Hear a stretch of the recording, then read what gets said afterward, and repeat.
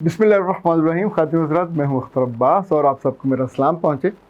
वैसे तो हमारे चेहरे में सिर्फ ज़ुबान बात करती है, पर लोग ये कहते हैं कि आंखें भी बात करती हैं।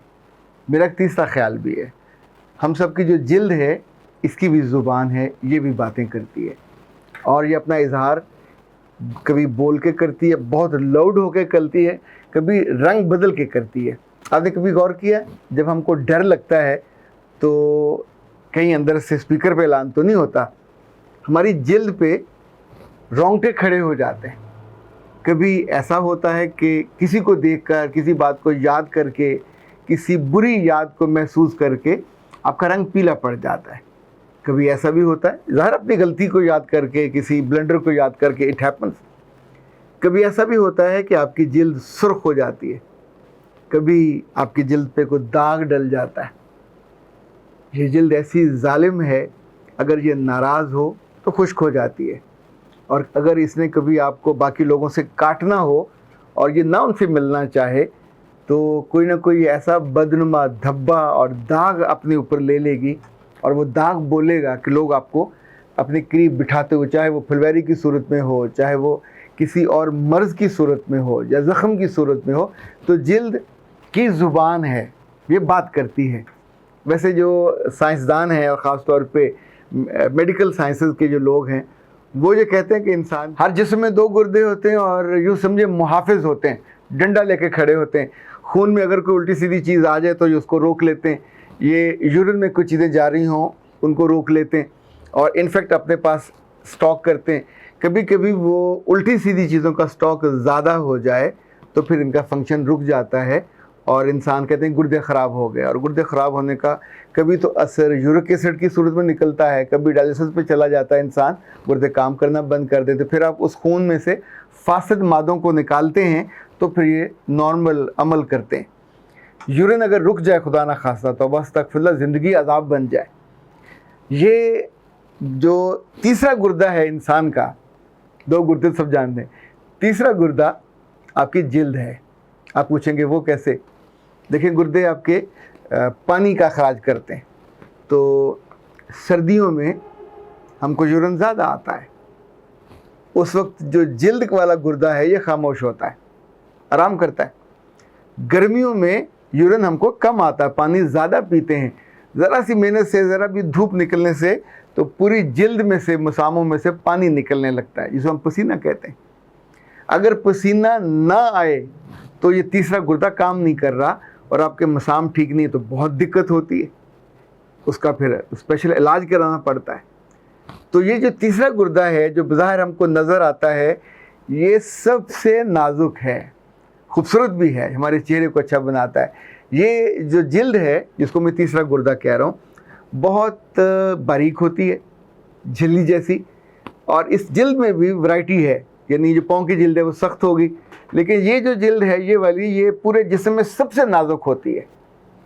बाकी जिल्द को अल्लाह ने ऐसा बनाया है कि चोट वोट लग जाए, दर्द का एहसास होता है, पर साथ ही उसकी रेमेडी भी हो जाती है, उसकी मुरम्मत हो जाती है, और वो कुदरती तौर पे इनहेलिंग उसकी हो जाती है।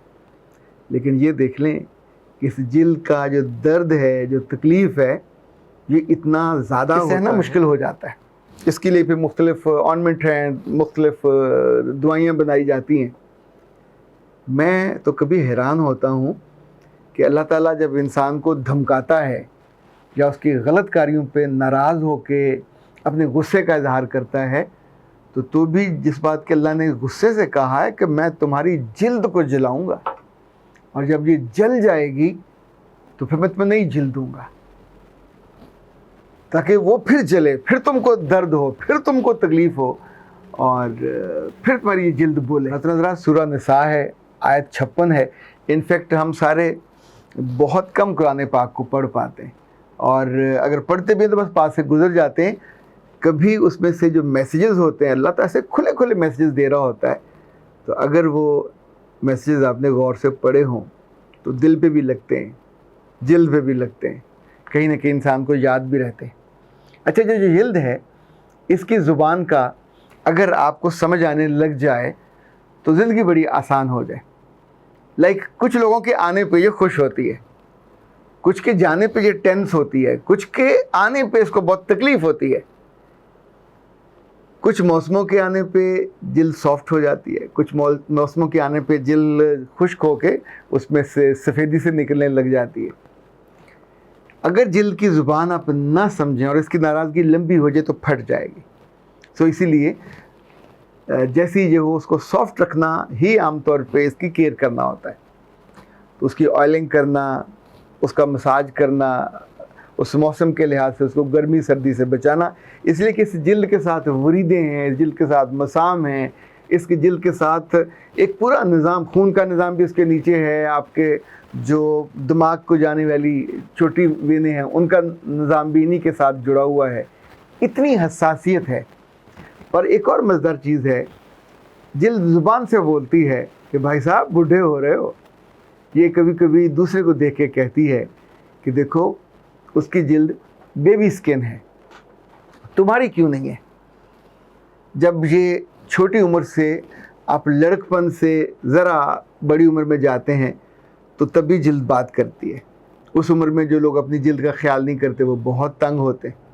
मर्द आमतौर पे जिल्द का ख्याल कम करते हैं, इनकी जिल्द जल्दी काली हो जाती है, इनकी जिल्द जल्दी फटने लगती है, इनकी जिल्द बहुत जल्दी बेरौनक हो जाती है।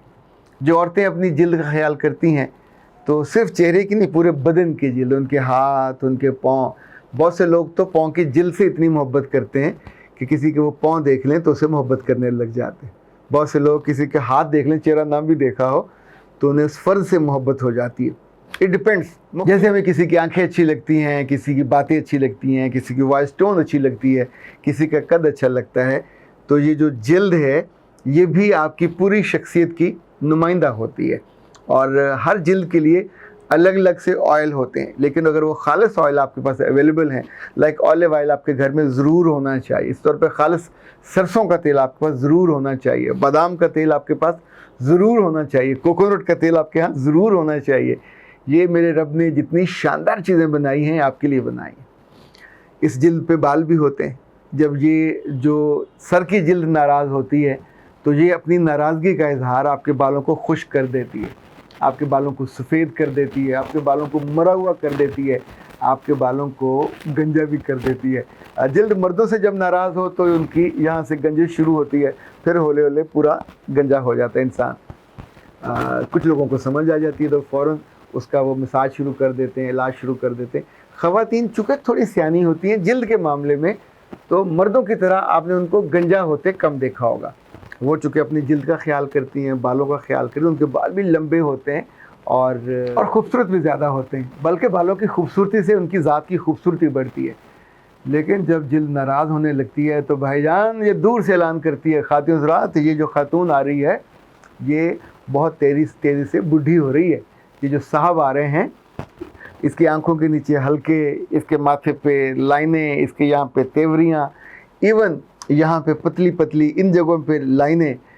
इन सब का मतलब ये है कि इस जिल्द की खुशी का आपने ख्याल नहीं रखा और अब ये नाराज़ होके अपनी नाराज़गी का इजहार, जैसे नाराज़गी में आंखें बोलती हैं या गुस्से से घूरती हैं, तो जिल्द भी फिर चाहे वो हाथों की हो, इन हाथों पे वेन्स बाहर निकल आ जाती हैं, हाथों पे आप खुद आपको बुरा लगता है। जैसे नाखून नाराज़ हों तो यहाँ पे सफ़ेदी आ जाती है, तो हमें पता नहीं चलता कि नाखून भूखे हैं, कैल्शियम मांग रहे हैं, आपको उस वक्त उसे कैल्शियम या कैल्शियम देना चाहिए।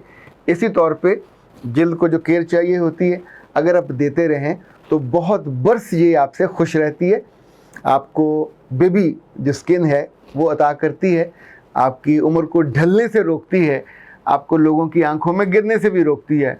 लोग, अजीब बात है पर है तो सच है, लोग जवां उम्र जिल्द के साथ रिलेट करते हैं।